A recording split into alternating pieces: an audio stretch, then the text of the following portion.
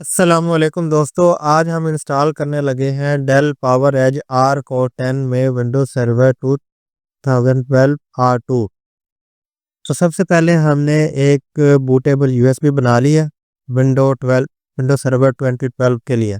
इसको हमने सर्वर में लगा देना है और इसको इंस्टॉल कर देना है। इसके अंदर लगा देंगे। लगाने के बाद अब हम कीबोर्ड से अपने सर्वर को या मशीन को करेंगे रीस्टार्ट।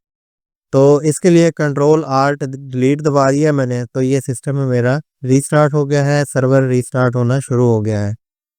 अब कुछ ही सेकंड बाद इसका डिस्प्ले आएगा, लोगो वगैरह आएगा और इसकी कीज आएंगी, बूट कीज वगैरह आएंगी। राइट साइड पर देखेंगे तो आपको जी आ गया है। इसके लिए हमने F11 बायोस बूट के लिए हमने प्रेस कर दिया है और ये स्क्रीन पर कुछ ऑप्शन आ रही हैं। इनको जस्ट हमने रीड करना है और करना कुछ नहीं है। अब देखें कि ऊपर ड्राइव शो नहीं हो रही यूएसबी, तो जैसे ही आप हार्ड ड्राइव सी पे क्लिक करेंगे तो यह ऑप्शन मिल जाती है यहाँ से।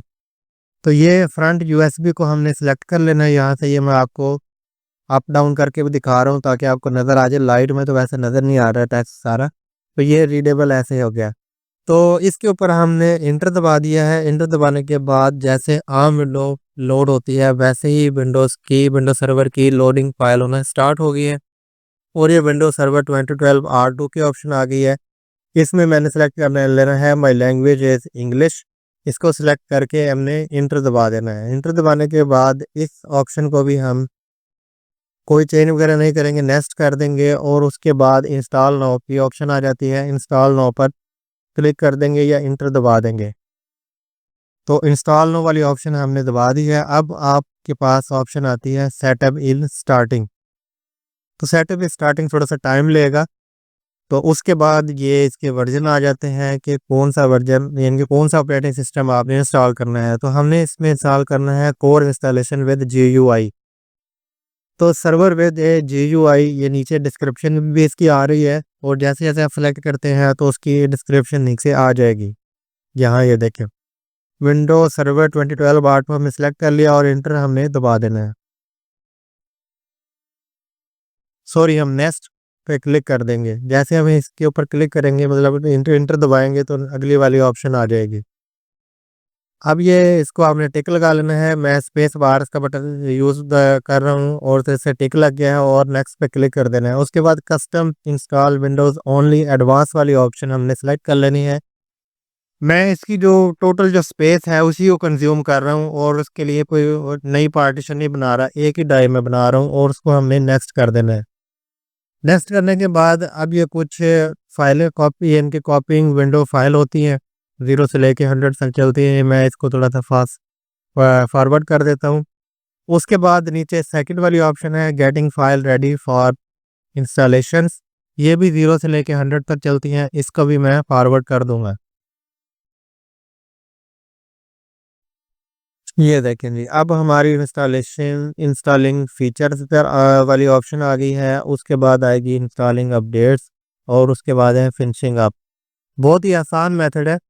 तो अब ये कुछ ही सेकंड बाद सिस्टम खुद ब खुद ही रीस्टार्ट हो जाएगा।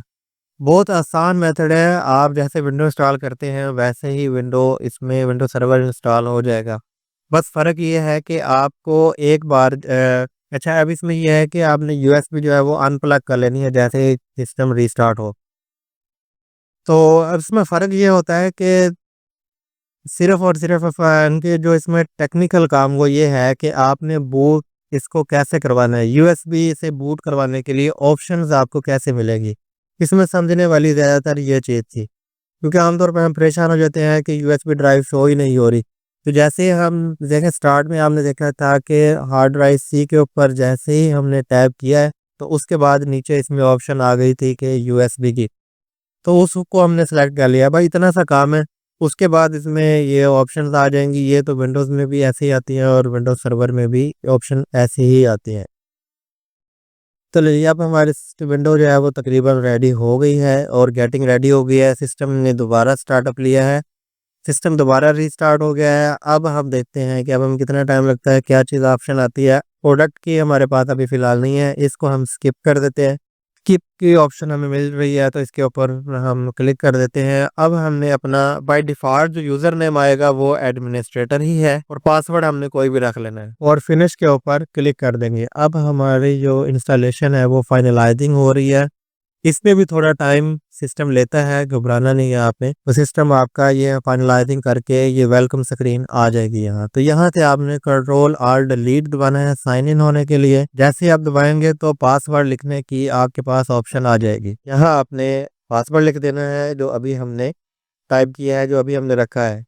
ये फर्स्ट स्टेप ये वाली कुछ सर्विसेज होती हैं, प्रोफाइल बनेगी और प्रोफाइल सर्विसेज वगैरह बनेगी। तो इस तरह की ऑप्शन आएंगी कि कुछ लेफ्ट साइड पर भी ऑप्शन आएंगी और उसके बाद ये देखें कि अब हम सक्सेसफुली डेस्कटॉप पर लॉगिन हो गए हैं और ऑपरेटिंग सिस्टम हमारा इंस्टॉल हो गया है। विंडोज सर्वर 2012 R2 जो है वो सक्सेसफुली इंस्टॉल हो गया है। अब इसको आप अपडेट करना चाहें अपडेट कर लें और उसके बाद इसमें इसकी स्टार्ट पर क्लिक करें यहाँ से। उसके बाद विंडोज सर्वर मैनेजर इसका जो बाय डिफ़ॉल्ट ओपन होता है वो ओपन हो जाएगा। उसमें सर्विसेज आप चेक कर सकते हैं कौन सी चल रही हैं, कौन सी बंद है।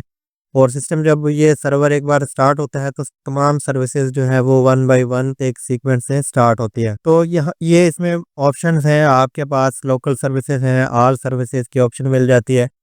बाकी इसके कोई स्पेक्स वगैरह देखना चाहें तो आप इसके स्पेक्स वगैरह भी देख सकते हैं। डेयन के आप यहाँ से डेस्कटॉप पर भी जा सकते हैं। अगर आप दिस पीसी के ऊपर सिलेक्शन लेकर और उसकी प्रॉपर्टीज़ में जाए तो वहाँ से आप इस पूरे सिस्टम के स्पेक्स वगैरह देख सकते हैं कि कौन सा वर्जन है, विंडो एक्टिवेट है या नहीं है। तो उम्मीद करता हूँ नाज़रीन ये वीडियो आपको अच्छी लगी होगी। वीडियो अच्छी लगी है चैनल को लाजमी सब्सक्राइब कर लें और घंटी के बटन को दबा दें ताकि इस तरह के मज़ीद वीडियो के नोटिफिकेशन आपको सबसे पहले मिलते रहें। दुआ में याद रखिएगा, अपना ख्याल रखिएगा। अल्लाह हाफिज़।